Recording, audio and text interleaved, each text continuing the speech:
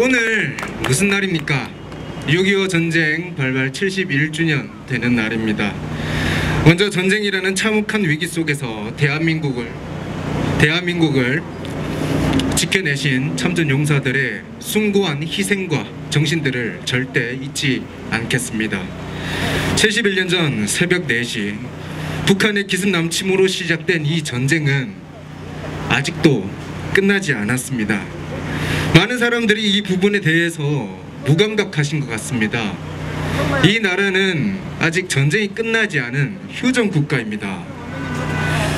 여러분들과 여러분 가족, 형제, 친구들이 살고 있는 이 대한민국에서 언제 또다시 공산 세력들이 내려와 여러분들의 가족, 형제, 친구, 연인들을 죽일 수도 있습니다. 언제든 공산주의 세력들이 이 땅에 내려올지 모른다라는 그 긴장감을 항시도 놓지 말아야 합니다. 우리나라 국민들이 끝까지 긴장감을 놓지 않고 좌익 세력들이, 공산 세력들이 이 나라를 야금야금 먹어치우고 있는 것을 가만히 보고 있는다면 언젠가는 이 나라를 위쪽 나라에게 빼앗기게 될 것입니다. 대한민국 국민으로서 정말 안타까웠던 것이 한 가지 있습니다. 참전 용사, 그분들에 대한 대우가 아직 너무나 부족하지 않나. 총알과 포탄이 소나기처럼 쏟아지는 그 참혹한 전장 속에서 대한민국을 지켜낸 우리나라의 영웅들입니다. 그 영웅들은 너무나 많은 것들을 희생했고 대가를 치러야 했습니다. 그러나 살아온 참전 용사들의 대우는 다른 나라들에 비해서 정말로 열악합니다.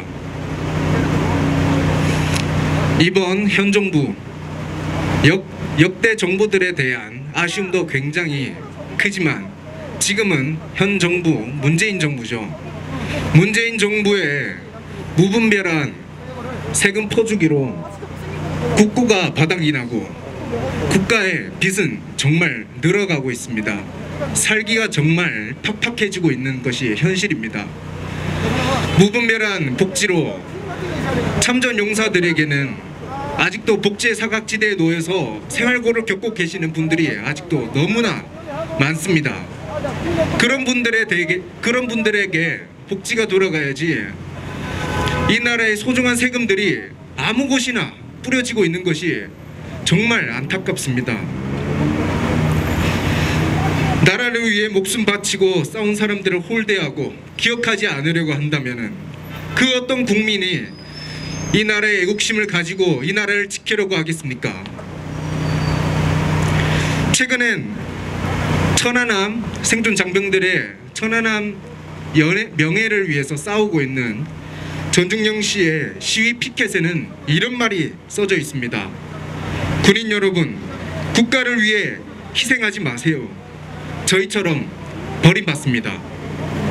이 말이 얼마나 한 맺히고 깊은 뜻이 담겨져 있는 말입니까? 군대에서 아프면 서럽다는 말, 군필자들은 공감하실 겁니다. 그냥 아파도 서러운데 강제징병이 되어서 병을 달고 나오거나 적과 맞서 싸워도 공로를 인정해주지 않고 오히려 국가가 명예를 실추시키는 행위를 한다면 군인들의 사기는 물론이고 이 나라에 미래가 있겠다고 말할 수 있겠습니까? 경제적으로 잘 나간다 한들 한미동맹을 무력화시키고 군인 예우를 다 해주지 않는다면 이 나라는 언젠가 멀지 않은 미래에 값비싼 대가를 치르게 될 것이라 생각합니다. 이 정부 들어서 특히나 더 기억하겠다는 것들이 많습니다. 5.18을 기억하자, 세월호를 기억하자. 이런 나라가 참전 용사들은 기억을 하나요? 점점 참전 용사들에 대한 기억이 흐려지고 있는 것은 제 착각입니까? 네, 다 좋습니다.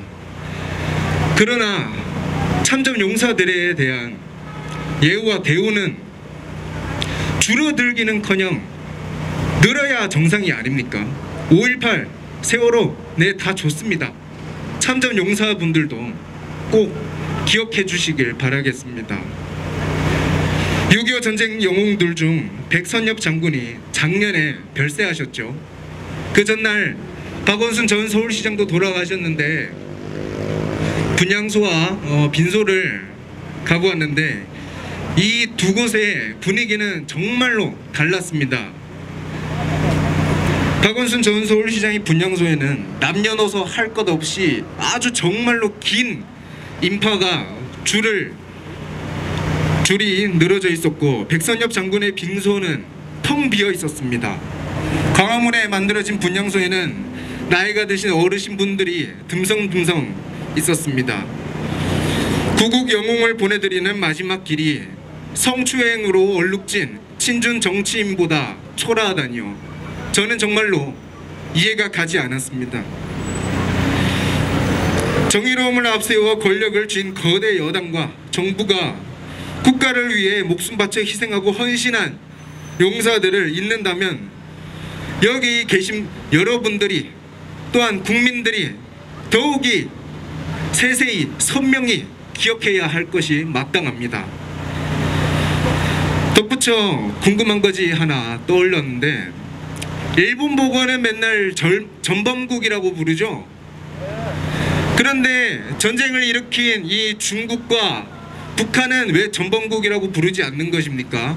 중국은 뭐 산봉우리 같은 높은 나라고 북한은 한민족이라서 전범국이라고 부르지 않습니까? 그렇지 않잖아요. 이 전범국을 전범국이라 부르지 못하고 주적이라 부르지 못하는 정치인들이 있습니다. 말을 안 해도 누군지 잘 아실 거라 생각을 합니다. 우리나라의 지도자에 올라간 정치인들이 피하 식별을 제대로 못한다면 이 나라가 어디로 향하고 있는 것입니까? 이 나라는 자유민주주의 대한민국입니다. 정치인들은 각성하고 주적이라 말하는 용기를 내시기 바라겠습니다. 감사합니다.